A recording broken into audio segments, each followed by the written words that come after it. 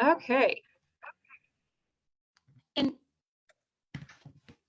so I think we are live. I'm going to go ahead and pull up show questions here. I wasn't quite ready to go live. Sorry, one second. Okay.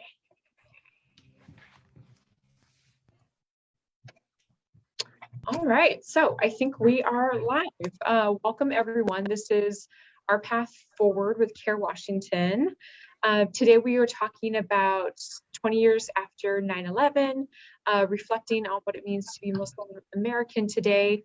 And we're joined by CAIR Washington Executive Director Imran Siddiqui and CAIR Washington Board Member Nimco Bulali.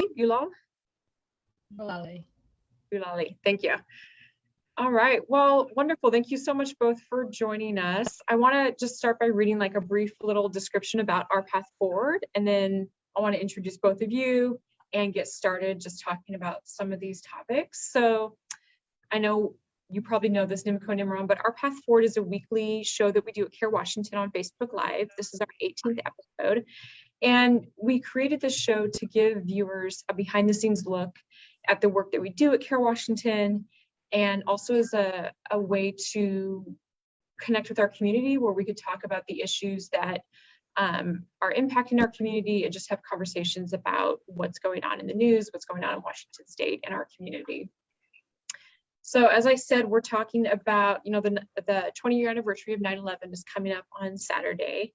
And we wanted to talk about what, remembering 9/11 and what it's meant for Muslim Americans, for the Muslim American community, and how things have changed or not changed. And also just hearing from Nimco and Imran about their personal experiences as Muslim Americans who have kind of grown up since 9/11. So I'm going to read bios for both of them. I'll start with Imran. So Imran is the executive director at CAIR Washington, and he's an advocate and prominent voice for justice in the American Muslim community. He's been a leading voice in the age of social media, starting campaigns such as the No Ban, No Wall campaign. And he's appeared in media outlets across the world for his commentary and thoughts on a wide array of issues.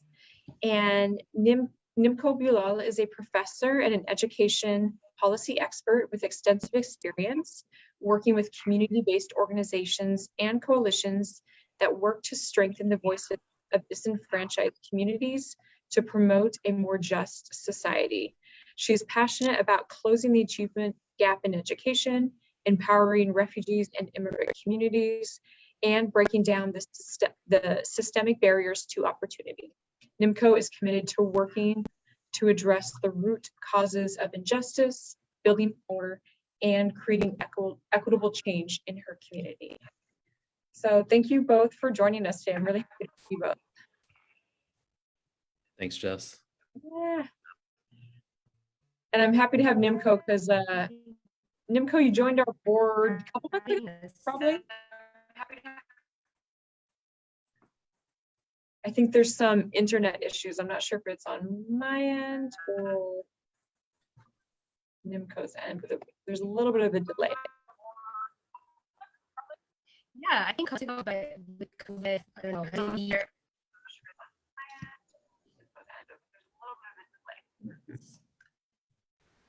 Let's see. I will connect on a different platform. 1 second. Okay, that sounds good.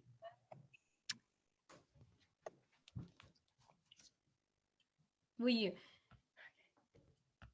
We'll figure this out. Is this better? I think that's better. Okay. My apologies. That's all right. I think we're good.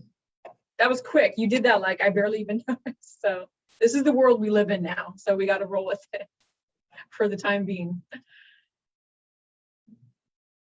And I think you're muted, Nimco. Let me see if I can unmute you.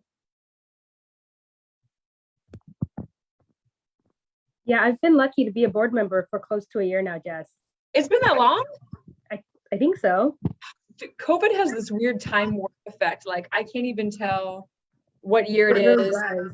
I don't know how long I've been at CAIR Washington, if it's been like 3 years or 5 years. I was just asking Imran, I'm like, has it been a year already? Oh my gosh. I know some people are saying like COVID is like 2020 feels like the last year. Like it was 2019 and now it's 22. It's very weird. Right. Well, I'm glad we got you back. Thank you. Cool. So we'll just go ahead and jump into it. I wanted to start by using this Newsweek article as a reference. I think a lot of people saw this Newsweek article that came out last week, titled "The Rising Power of American Muslims." It has a whole bunch of prominent Muslim Americans on the cover. And, you know, it's been 20 years since 9/11. And Imran and I were talking about how a lot of things have changed.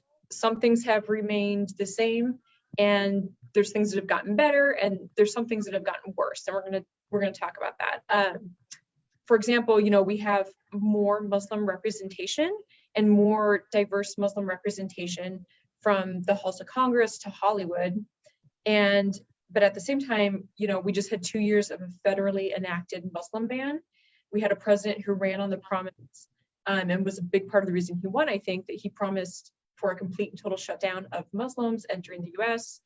And according to just released CAIR national statistics and FBI statistics confirm, is that hate crimes against American Muslims are at an all-time high. So this Newsweek article, like I said, it came out last week. I wasn't sure if I wanted to like post this or talk about it because it's Newsweek. I'm suspicious. And then there was a couple like problematic words in there that they use, like Islamist, but I actually think it's a really good article. Neha, the executive director of CAIR National, is quoted in there, and I recommend that folks read it. So like I said, it features some really prominent American Muslims on the cover. Rami Youssef is on the cover, Keith Ellison, Ilhan Omar, and others. And all of the article is, since 9/11, US Muslims have gained unprecedented political and cultural influence. Even the title, how I feel about that. But I wanted to start by just reading the first paragraph of this article and then getting Nimco and Imran your thoughts on this. So I'm just going to read an excerpt here. It's been an impressive 2021 so far for American Muslims. The US Senate, the bastion of partisan gridlock, overwhelmingly confirmed the nation's first Muslims as a federal district court judge and to chair the Federal Trade Commission. Legislatures in 5 states swore in their first Muslim members, including a non-binary queer hijab-wearing representative in, of all places, Oklahoma. Three Detroit suburbs are poised this fall to elect their first Muslim mayors. The New York Jets tapped Robert Saleh as the first Muslim head coach of any American pro sports team. CBS premiered, then renewed, The United States of Al, the first broadcast network sitcom with a Muslim lead character. And Riz Ahmed, star of Sound of Metal, became the first Muslim nominated for an Oscar for Best Actor. So I just want to start by getting both your thoughts on this article and on the larger subject of the progress of Muslim Americans, the progress that Muslim Americans have made or haven't made. What do you think about this Newsweek cover story and about the article, about the story's intro paragraph that is kind of highlighting some of these wins for the Muslim community, at least in terms of representation?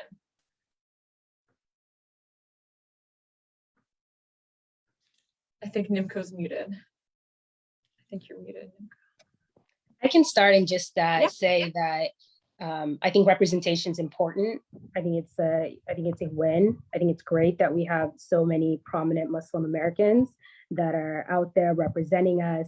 It's complicated, right? Because we know that Islamophobia and bias is still very prevalent and it's very real. And it's a complicated space to be in. We're celebrating, of course, as always, that we have folks that represent the diversity of our country out there, whether it is, Muslims, it is Black and brown folks, BIPOC.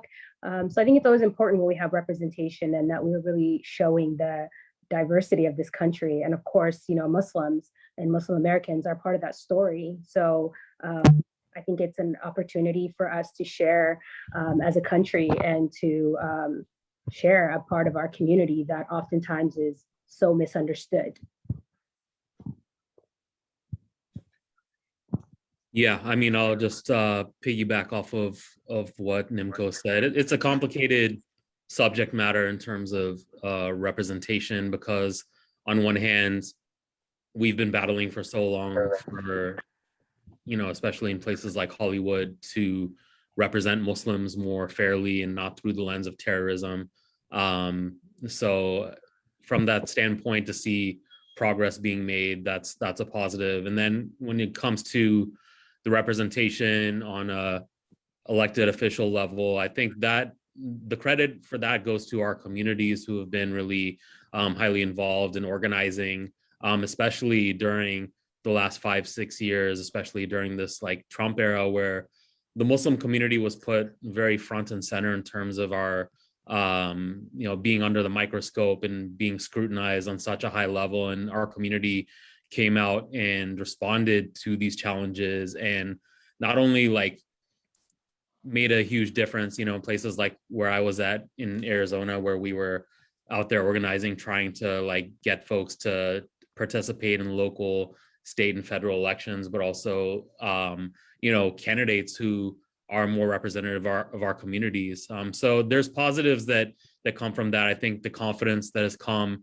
in knowing that our community is coalescing more and coming together around these issues more so during this time frame, those are positives.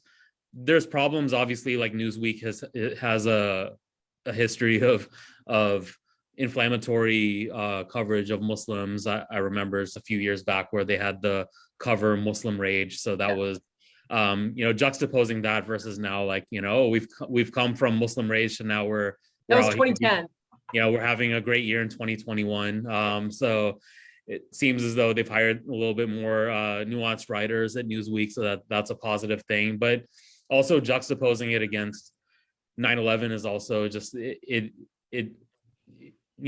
strikes a different chord with me in that, like, it still sort of circles back to that thing. It's a lot of it is just the positive response from our community, being challenged with so many different issues, massive rises in hate crimes, just being under this political microscope, being used as a political football, and being painted through the lens of terrorism for all of these years.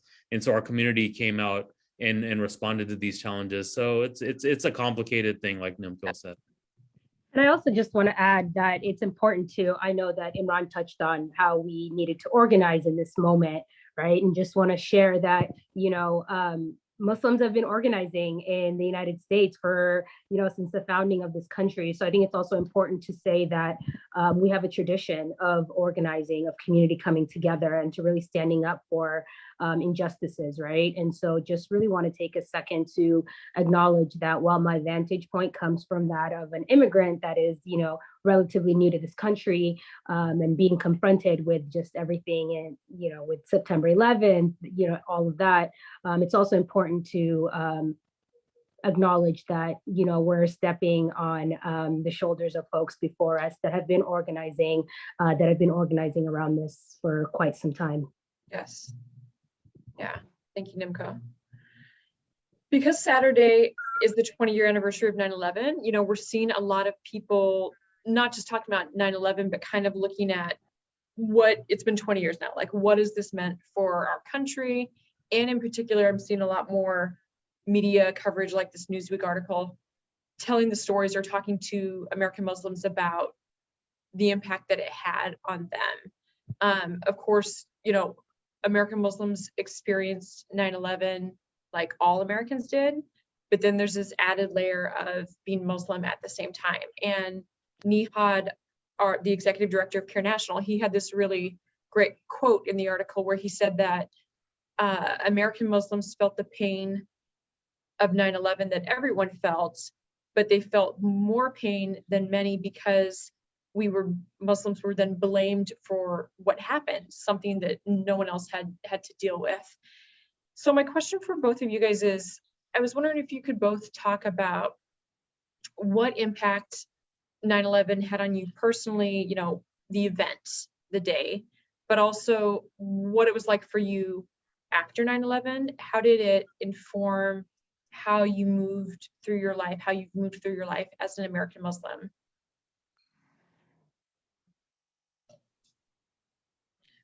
Imran, would Okay, I guess I'll jump in. Yeah, for me it was definitely a day that shaped my entire life from that moment forward. I grew up in Atlanta, Georgia, and spent most of my life in the Deep South. In 2001, I'd actually moved to Dallas, Texas, but I was back in Atlanta on 9/11 visiting my family, and what happened during that time. It was tough. I mean, just seeing everything unfold, like you could tell that this was a moment that was supposed to be that was going to change our lives from that point forward. I actually had a flight on 9/11. I was supposed to fly back to Dallas on that day. Obviously, everything was canceled, and you could just see like how the rhetoric was unfolding from moment to moment. I was still in college at that time, finishing up my undergraduate studies, and that's when like the real questions, like, I had to start asking myself, okay, how am I going to get back to Dallas, number one? So I had to like borrow my family's car, and I knew that there was going to be a sense of backlash that existed there. So I put a baseball bat under my seat in the case that there were any type of confrontations, as I had to drive through Georgia, then Alabama, then Mississippi, then Louisiana, and then East Texas. So, and it was naive of me. What am I going to do with a baseball bat at that point? But you saw the backlash that existed right after that with a Sikh American, Balbir Singh Sodhi, being targeted in Mesa, Arizona, just because of how he was perceived to be somebody of foreign, perceived to be a Muslim, even though he was a Sikh American. He was the first person killed after 9/11. And it just continued to really unfold from there. But, lots of tragic events, lots of rises and hate crimes. We saw the, securitization and mass surveillance of our community during this aftermath of 9/11, where we basically became this political football, and we saw our institutions, our mosques being spied upon. You saw the rise of, this terrorism expert, Islam experts coming on Fox News. Fox News really took off during this time frame, and I had to watch as people were just misrepresenting my religion on a day-to-day basis on these news outlets. And what am I as an individual going to do? I tried to really, as somebody who did not come from a background of activism or really any type of community involvement at that point, that's how I really got my start, is like challenging these stereotypes in writing articles in different outlets. I wrote some op-eds like in the Dallas Morning News and some different places online to challenge these negative stereotypes. And this was channeling maybe an internal talent that I had in terms of writing that, I wasn't going to channel towards this type of work. I was more interested in sports and journalism and, that type of thing. And I was involved in the business world, but this just basically changed the trajectory of how I was going to, how I was going to have to be moving forward. So, fast forward a few years, I ended up joining the CAIR Arizona board of directors as somebody who just had that skill at writing and expressing myself on behalf of my community. And then that essentially led into me becoming the executive director there a few years later. And then here I am in Washington State 20 years later, after 9/11, and I'm still, fighting on behalf of our community. So really, that was a seminal day in terms of how my life was changed moving forward. Thank you for sharing that, Imran. Nimco, you're still muted. I'm sorry. I was gonna say, same here. I think everything changed, not to sound very dramatic, but everything changed from that date, from September 11th on. I was a little bit younger than Imran. I was just starting high school, and I remember it was September and school had just started. And, you know, I was just so excited about being in school, being with my friends again, and just learning the same day right before we went to school about the attacks, and being bewildered and confused just like everybody else. But all of a sudden having to hear that it was Muslims. And once we went to school, I was lucky enough to have been going to a school that was very supportive. And so school administration had talked to us and a few other Muslims that were there about if there's anything that comes up during school, or if, you know, other schoolmates are, you know, I guess, discriminate against us, if there's any negative reaction to what happened that day, to come straight to the school. So we did have an outlet there of, you know, safety and protection. I feel that from then on, having to push back and challenge stereotypes really started my journey as an activist, as somebody that wanted to get involved in her community, seeing myself as a Black Muslim woman who wasn't visibly Muslim, but did have folks in her family that were visibly Muslim. We did have a lot of negative interactions, just daily interactions down the street, of being told to go back to our own country, just a lot of negative talk. And so I quickly had to get educate myself, learn about Islam, and learn about, I guess, like this whole idea of this Islam that has become politicized, which is very new to me as a young person. And so, you know, just learning as I go, and also being scared like everybody else was. And, you know, hearing of family members and community members that have been targeted. Every day you were hearing of stories of an auntie that has had her hijab pulled off, or an aunt of mine who's had her door vandalized because they saw her and she was visibly Muslim. And so that definitely, I think, added to the culture of fear, and this culture that we had to push back, that we had to kind of shrink ourselves and to apologize for who we were, and to that we weren't suffering too, and that we were not in pain ourselves. You know, being Muslim and being American was, like I said earlier, very difficult space to be in, because you're also in pain and you're also mourning this great loss, but at the same time you're also having to justify and explain that, you know, you're American just like everybody else, when you're constantly being otherized and being told to go back to a country that my family fled because of a war. And so there was a lot of fear, being young and only hearing things from adults and not necessarily having the language to talk about or to process what was going on. So definitely as a young person, it was a very scary time. Thank you for sharing that, Nimco. I was looking at some of the conversations we were having back and forth on email, and you made a point to talk about, you know, that the Muslim American experience also is not a monolith. And specifically, you talked about how gender and race have informed your experience as a Muslim American. And I was looking at CAIR National just released this great report. I think it just came out today. It's called Remembrance and Resiliency, American Muslims 20 Years After 9/11. We'll put a link to it in the comments so that people can check it out. But one of their key findings was this. I'm gonna read this key finding. It was that 72% of Muslim women have personally experienced one or more incidents of anti-Muslim bigotry or discrimination since 9/11, compared to 67% of Muslim men. Muslim women also reported feeling less accepted in American society, 56%, compared to Muslim men at 65%. So this is only showing the gender difference there. But I want to get your thoughts, Nimco, on these numbers, and just open it up for the larger topic of how race and gender and other things really inform Muslim Americans' experiences. Absolutely. And just, I don't know if you remember, but we did our hijabs and harassment series a couple of years back. And it was such an honor to be able to speak with a group of mostly Somali Muslim women who were all wanting to learn how to protect themselves and how to push back on the bias and the hate that they were experiencing. And for me, I thought that that was very emblematic of just what the experience has been for a lot of Muslim women in this country. They're oftentimes at the forefront, a very visual, a very obvious like representation of the Muslim faith in the way that they cover.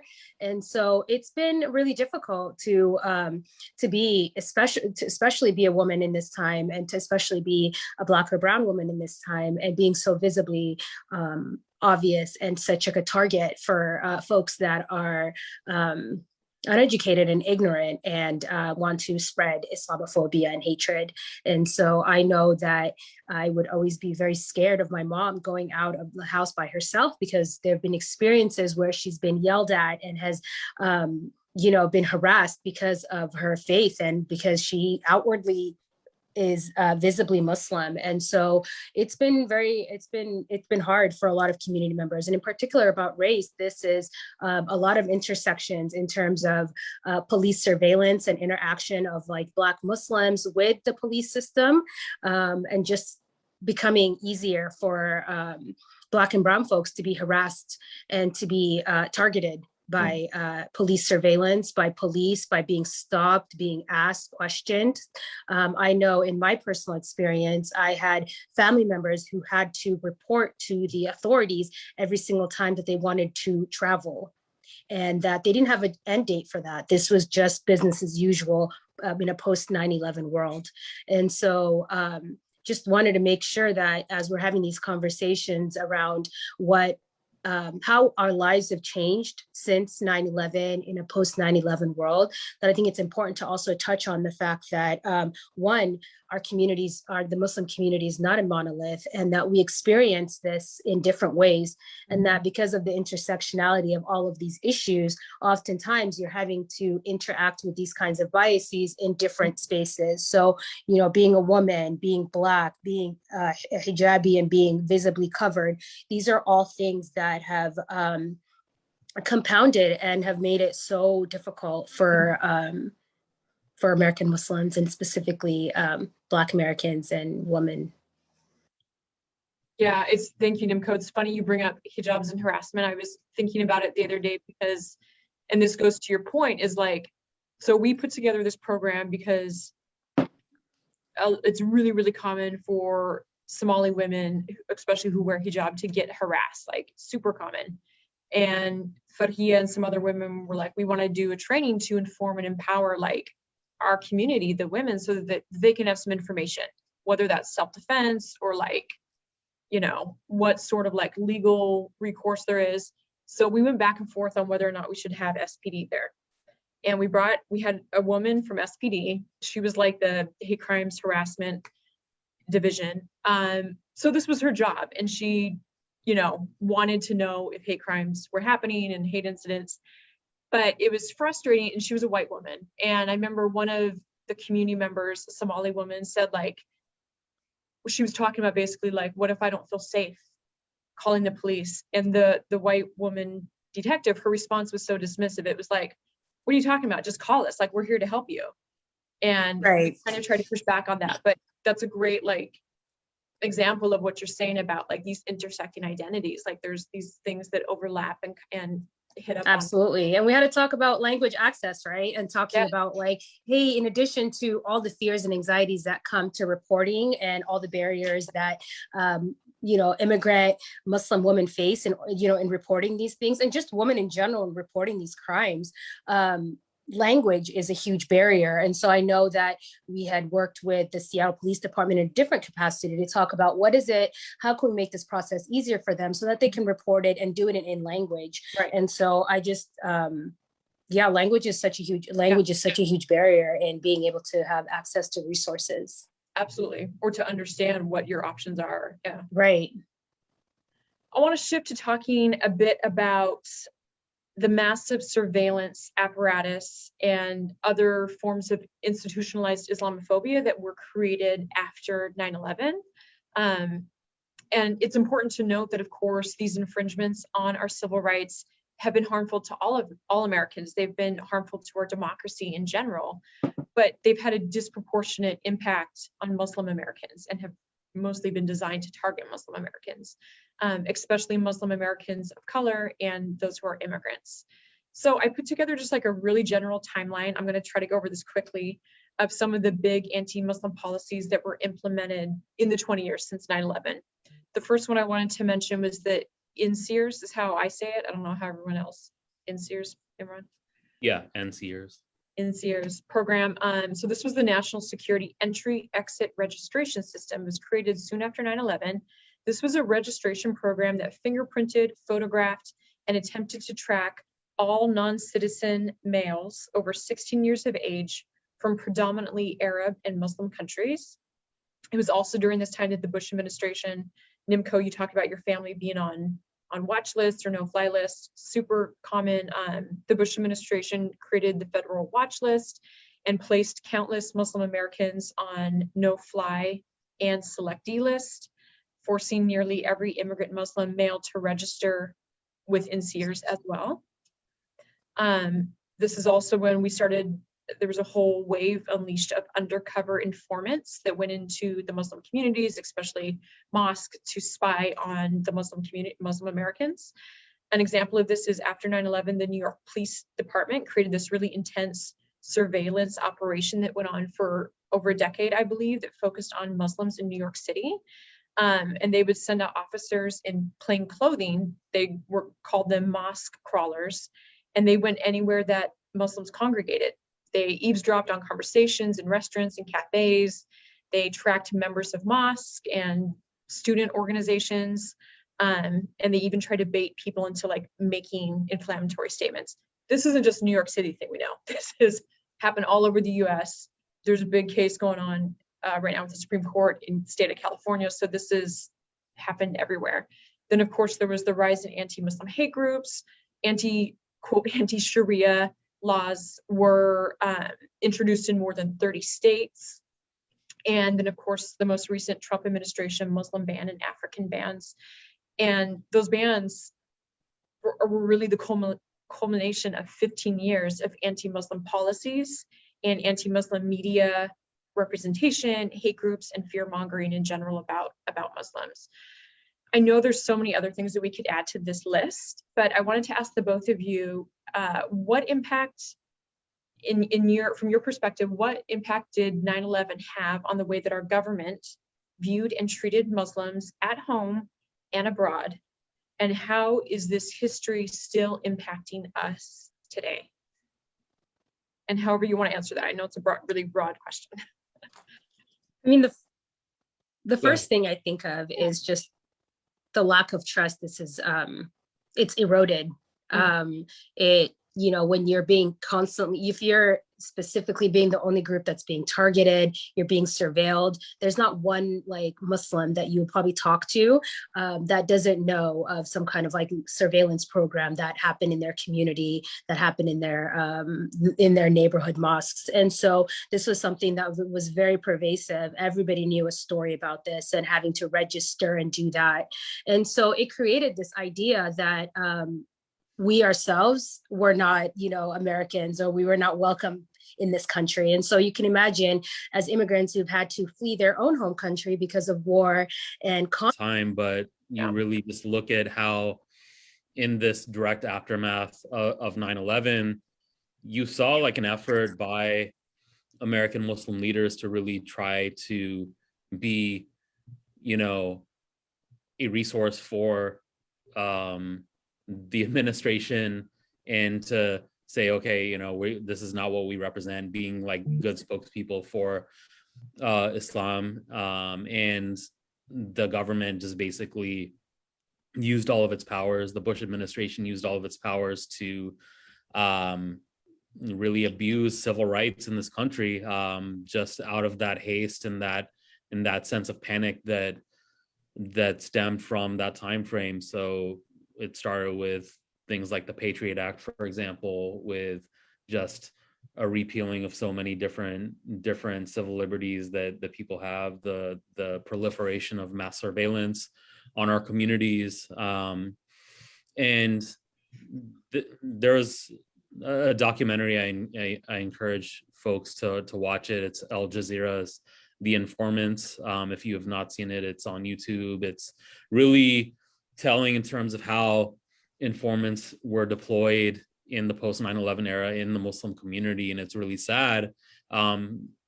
If you look at how the FBI deploys informants, this was used against groups like, let's say, the mafia or the KKK, for example, like criminal organizations that are, known to commit crimes within the American landscape. Now they're treating an entire religious community, the most diverse religious community in America, the same way that they would treat, like, the KKK or organized crime organizations, by having people come in and pose as Muslims, as converts, so knowing that Muslim communities are known for their hospitality, for embracing new converts to the community and utilizing that hospitality to try and foment this distrust and this culture of surveillance. So in that documentary, you saw people like this guy who posed as a bodybuilder, for example, in Southern California,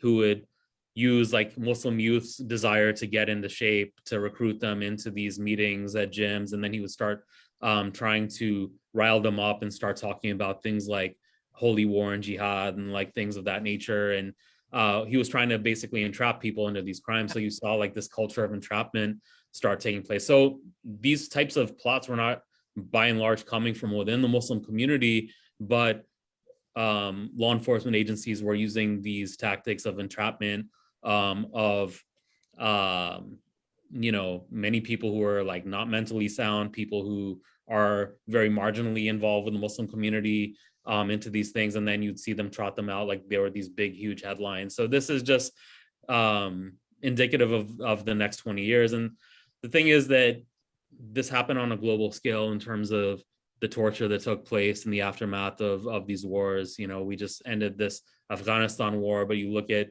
the proliferation of torture, Abu Ghraib in Iraq, Bagram. If you look at Gitmo, which is still open, which has lasted throughout 4 presidencies, where people who still have not been charged with a crime are still sitting in Guantanamo Bay, the just ongoing torture program, and how that Islamophobia that existed within American culture in that time, that essentially justified these actions in the public's eyes. And for us in our community, we saw these injustices that took place and the fact that this torture and this surveillance and so on was taking place.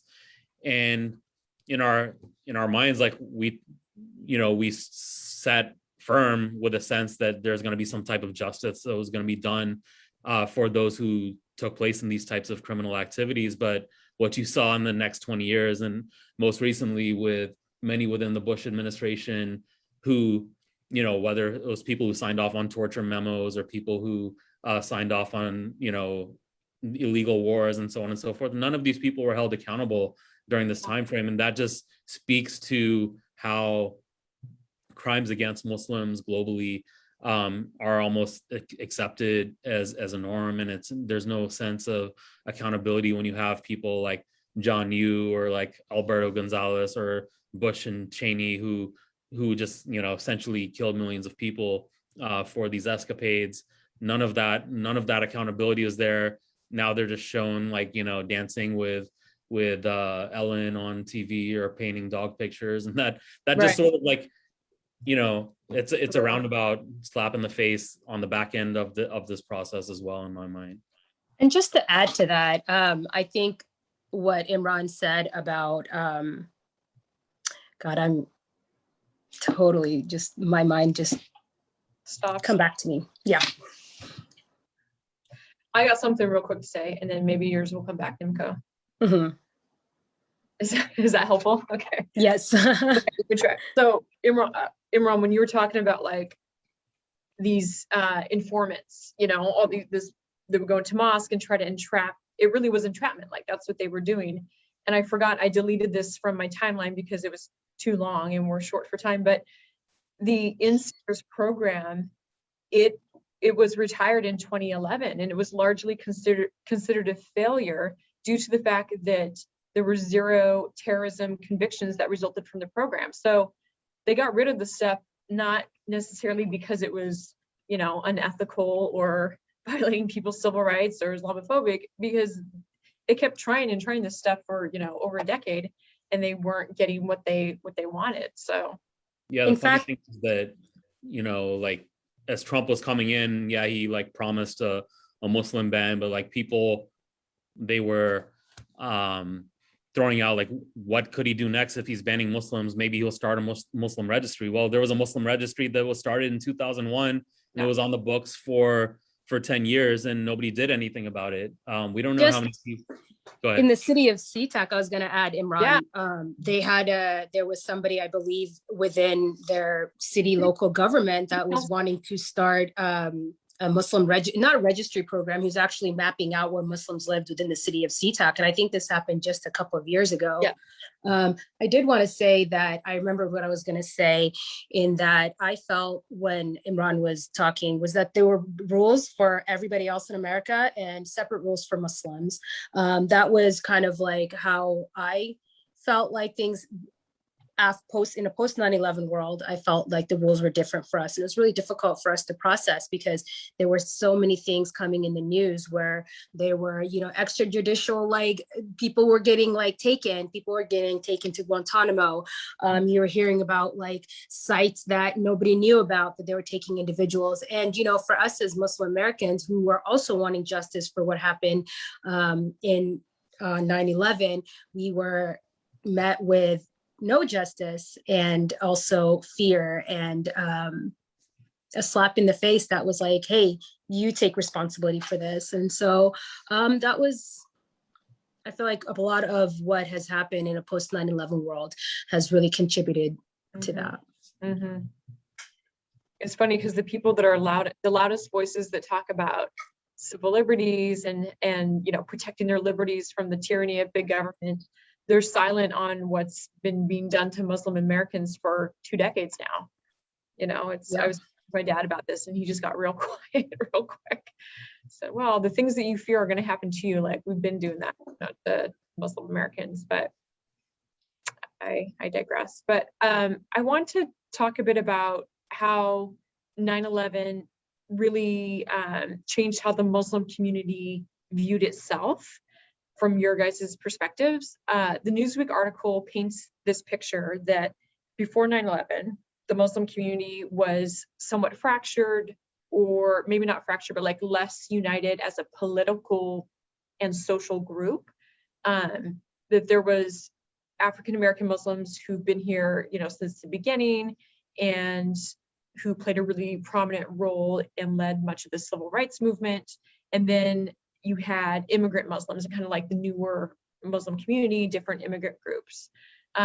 Democratic Representative Andre Carson of Indiana, who in 2008 became the second Muslim elected to Congress, he said that, quote, 9/11 allowed the immigrant Muslim community to see that the African-American Muslim community was right all along in calling out racial injustices, calling out government excess as it relates to violations of civil liberties, and spying on fellow US citizens.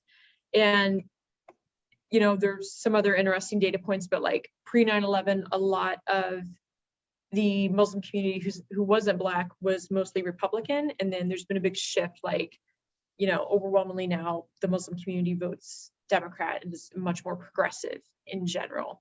So I just wanted to get both your thoughts on how do you think that 9/11 united American Muslims, and how did it forge or inform like this forging of a new identity for Muslim Americans? Go for it, Nimco.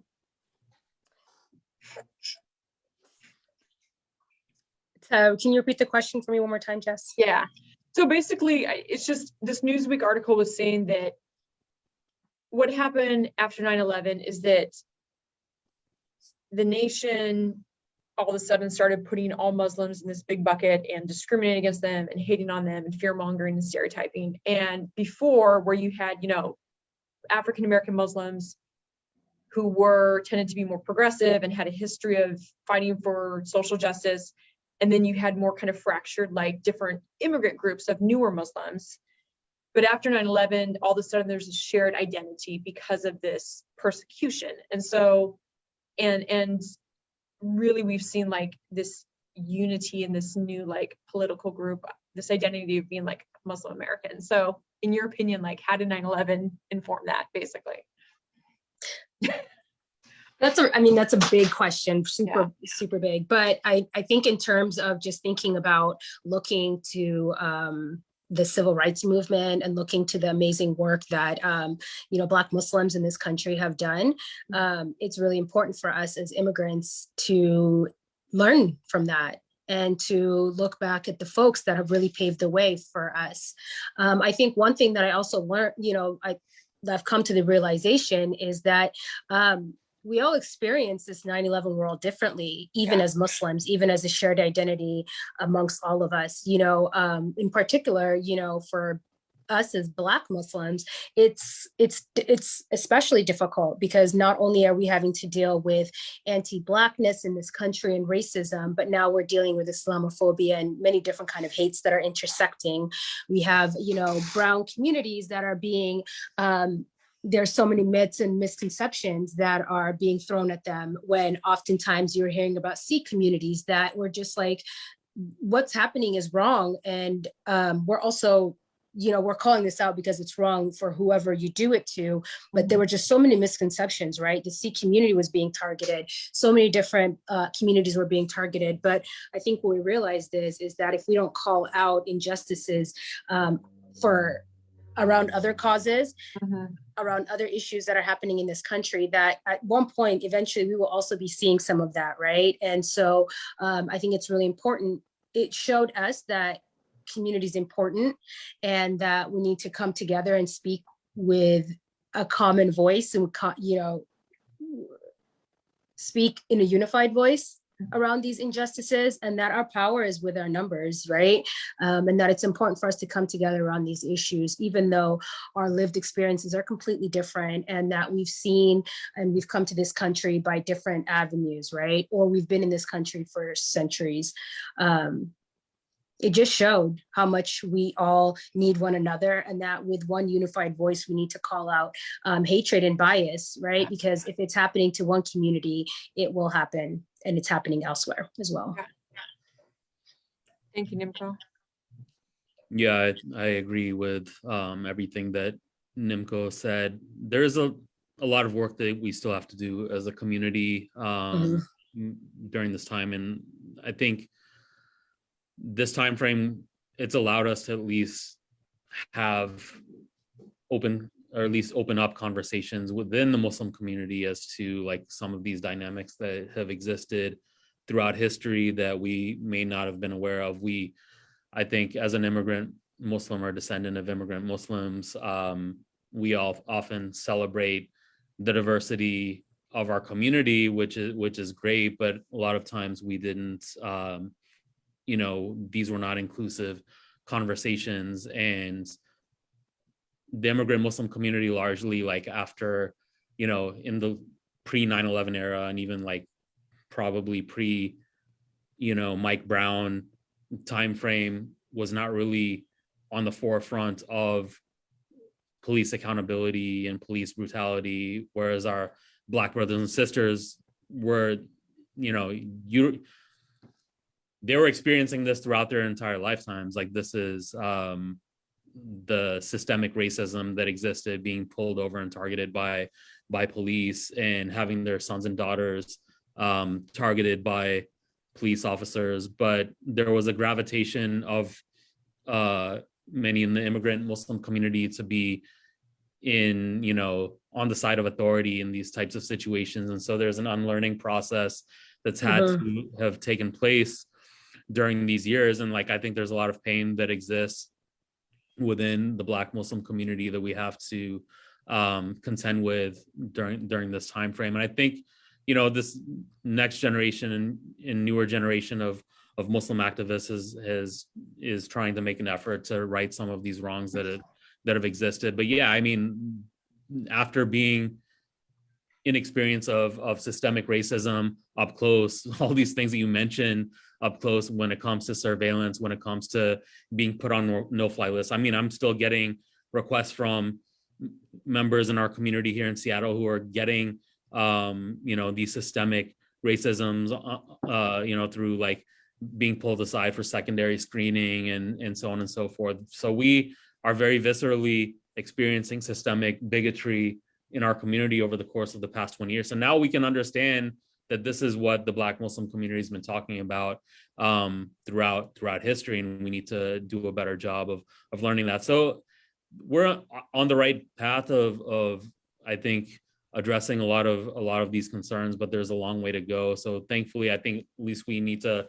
That's one thing I think is taking place is a maturity of the Muslim community where we're not like living in this sort of utopian mindset that everything is great. There's things internally that we have to address in terms of how we have these conversations and inclusiveness moving forward.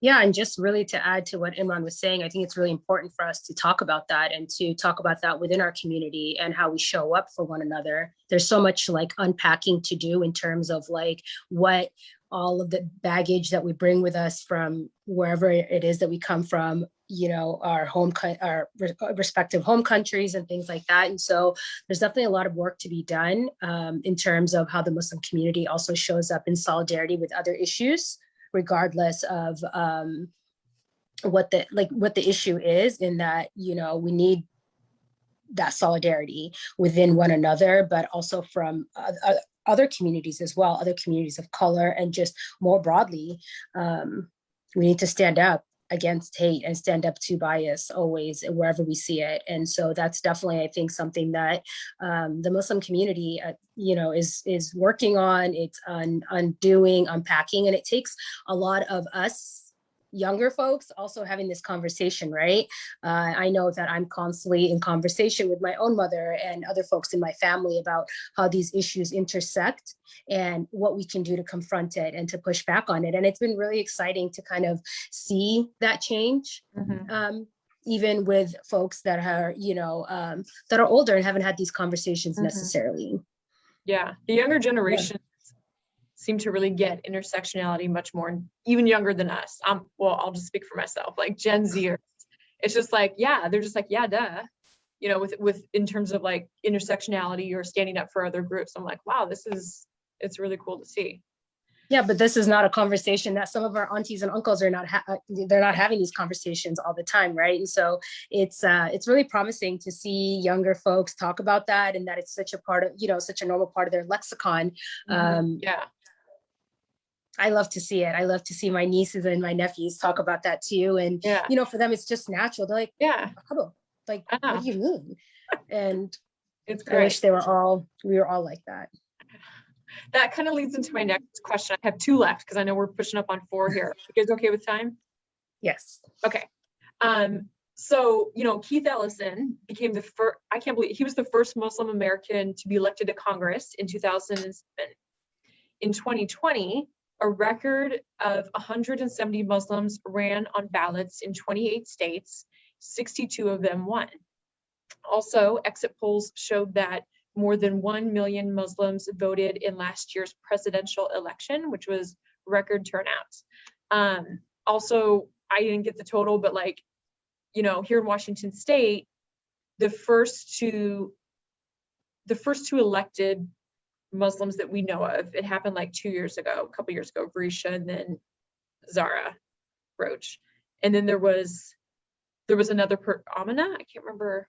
Yeah, may she rest in peace, Amina Ahmed. Yeah. Yeah. So Tech City Council. Yes. But now this year there's like 6 or 7 Muslims running that I know of in Washington State. So I just wanted to talk about like how we're continuing to see this, quote, what we call like Muslim wave happening across our country, including here in Washington State. What do you guys think about that? What do you think is contributing to it? Do you think it's going to continue? I'm loving this wave. I'm loving this wave of Muslim. I'll be very specific and also say Muslim women that are killing it, that are out there putting their names on the ballots. I love to see it, and I love to support anytime that we have somebody from our community that is pushing for our values and pushing our communities forward in a more progressive direction. And so I can't help but just be so excited about the opportunity to have so much diversity and so much Muslim folks on representing us. It's about time. I think we're overdue for a more diverse legislative body, not just, locally, but in our state as well, and federally and nationally. Mhm. Yeah, I love if we rewind back just maybe a decade, there was this constant, I think, fear within the Muslim community in terms of putting your name out there and running, because that was basically an automatic, sentence to be harassed and be labeled as a terrorist, no matter what. If you were running for congressperson, if you were running for dog catcher, for school board, whatever it was, no matter how small the office or how large the office, there was I knew people who were running for city council who, just because they were Muslim, they could be the whitest white person, but the fact that they now were part of the Muslim community, that made them an accessory to terrorism during this post 9/11 era. And that, I think, had a chilling effect on one generation of folks who wanted to be involved in their community, wanted to be public servants, wanted to civically engage. And so that's something that I think, that formula that a lot of these hate groups have, and a lot of these, hateful folks in the political spectrum have, that playbook is slowly dying down because of the resilience and the organizing of our community members as well. The people that are running from our community, especially here in Washington State, I mean, these people are not just running for the sake of being a Muslim who's running. They're some of the most highly qualified and amazing people that we have to offer in terms of just the entire state, not having to do anything with their religion. They're qualified, they're at the top of their game, and they did the work in the communities. And so that was one of the amazing things that I saw moving here to Washington State, just like the caliber of the folks that are out here in this community. These are people that have paid their dues, they know their stuff, they know the issues, and they would be something that is like a positive for our state if they were to make it forward. So it's a positive thing. I think as we see these institutions that are training our younger generation on how to run a political campaign, how to get involved and going through the process, there are more and more organizations, nonprofits, and institutions that are now training people. So I think we're going to see a lot of that moving forward, and rightfully so. I mean, I'd love to see more of our community stepping up and doing this. Yeah, and I think the Newsweek article also talked about that, where they were talking about a new generation of young Muslims that feel like, these past couple of years politically under Trump presidency, that was a call to action for them. A call to action to not only step up and to counter the hate and the Islamophobia and all of that and the bigotry, but also to educate folks on what we're about and the diversity that is within our communities. And I think it's awesome to see. And like Imran said, these folks are super qualified. They're doing the work in the community, and they deserve to be in these places. I know, it's so cool, especially what's happening here in Washington State. I keep wanting us to talk more about it, but I know we're a 501c3. Legal, probably watch. Yes, don't say any name. I keep wanting to talk about certain people, but I'm not gonna do it. No. It's very exciting to see. So last question, and then any final thoughts from you guys. But I kind of wanted to end where we started, kind of loop back and get both of your thoughts on the bigger picture about, let's call it, the liberation and empowerment of Muslim Americans. As we discussed, there's more diverse representation of Muslim Americans than ever before, but at the same time, the majority of Muslim characters in Hollywood are still cast as terrorists, immigrants, or some other version of like this foreign other. We also have, as we just talked about, more Muslim Americans running and winning offices more than ever. But at the same time, we have a record number of hate crimes happening against American Muslims. So all these are happening at the same time. And then, of course, most recently, Imran, you talked about this a little bit, but with the U.S. withdrawal from Afghanistan, we're seeing the media regurgitate some of these tired old tropes and talking points about oppressed Muslim women and other kinds of stuff, you know, the war on terror narrative. So just final question is, what path do you think that we're on as a nation, and what do you see or hope is the future for Muslim Americans? It's a very big, broad question. Yeah, I mean, I guess I'll say something first and then let Nimco close it out. But I think, as we highlighted in the show, things are headed in the right direction in terms of like this younger generation who are coming up, who are doing things the right way, whether it's in the political sphere, who are organizing our community, understanding issues, understanding intersectionality of different things, getting involved in all of, whether it's, you know, climate justice, whether it's, you know, standing up against systemic bigotry, police accountability, you know, poverty. Like, these are all things that impact our community. And the more that we have folks from our community involved on this level, you'll find folks in many movements who have our back as well. So we have to just continue to organize, to get our folks together, and move forward. There's going to continue to be, you know, Islamophobia is not going anywhere, unfortunately. We've seen this regurgitated since the Afghanistan withdrawal, where it's almost the exact same tropes that have been deployed since the post 9/11 era. It's just coming back. You know, we need to do this, we need to do that. You know, showing, and it's being regurgitated by liberals as well, not just right wingers. So I think we have to hold folks accountable. We have to hold our media outlets accountable, have these conversations with media outlets. Are you doing your best to highlight our communities? Are you doing your best, you know, in the case of like Afghans, for example, are you talking to actual Afghans? Are you having folks speak on their behalf? Palestinians, whoever it may be, Black American Muslims, you know, highlight the voices from these communities, because we have so many different voices within our communities as well. So we have to fight for all of these things. It's not going to be easy. Hate is still going to very much exist in our society, but we're going to have to continue to push back against it. Yeah, everything Imran said, and I'd just like to add that I'm hopeful about this next generation and our community really taking back that narrative and pushing back on misconceptions and myths about Muslims, right? And so whether that is holding the media accountable in how they tell our stories, for me, I'm just excited for a time where we're not having like white stale men tell the story about the diversity and the beauty that is our, you know, our Muslim community.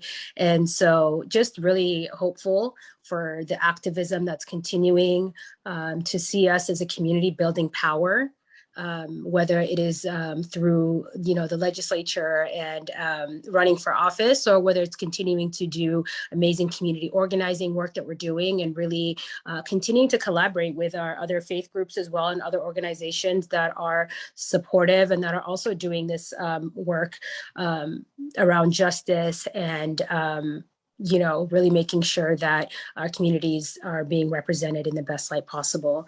And so just really hopeful and optimistic, I think, for the future and for the future of our community. I'm excited to see all the work that's continuing, and just hoping to be a part of that work and to continue to do amazing work with CAIR Washington and the community here in Washington State. It's just,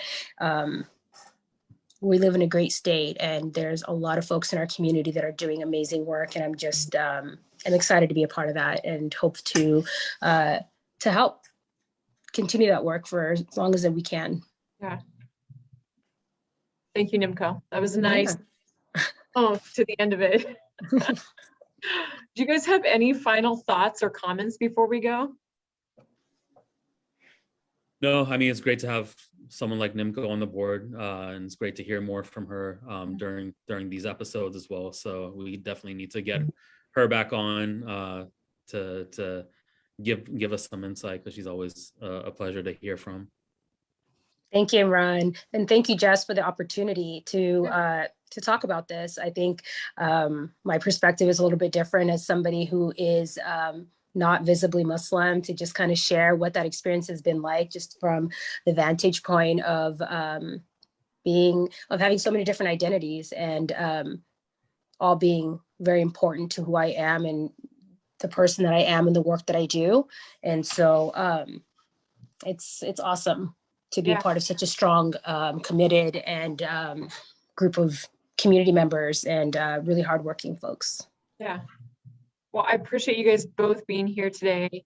It was a big topic, I was kind of spinning when I was thinking about like, what are we going to talk about? What questions am I going to ask? But it was a really good conversation. And I just appreciate both of you, like your unique perspectives and your insight. And I think it's been a really great show. So All right. hopefully I try to do this weekly, but we've been so busy lately. We might see you all next week. If not, we'll probably see you in 2 weeks. But thank you so much, Nimco and Imran, for joining us today. Thank you for having me. All right. All right, Bye, guys. y'all. See ya.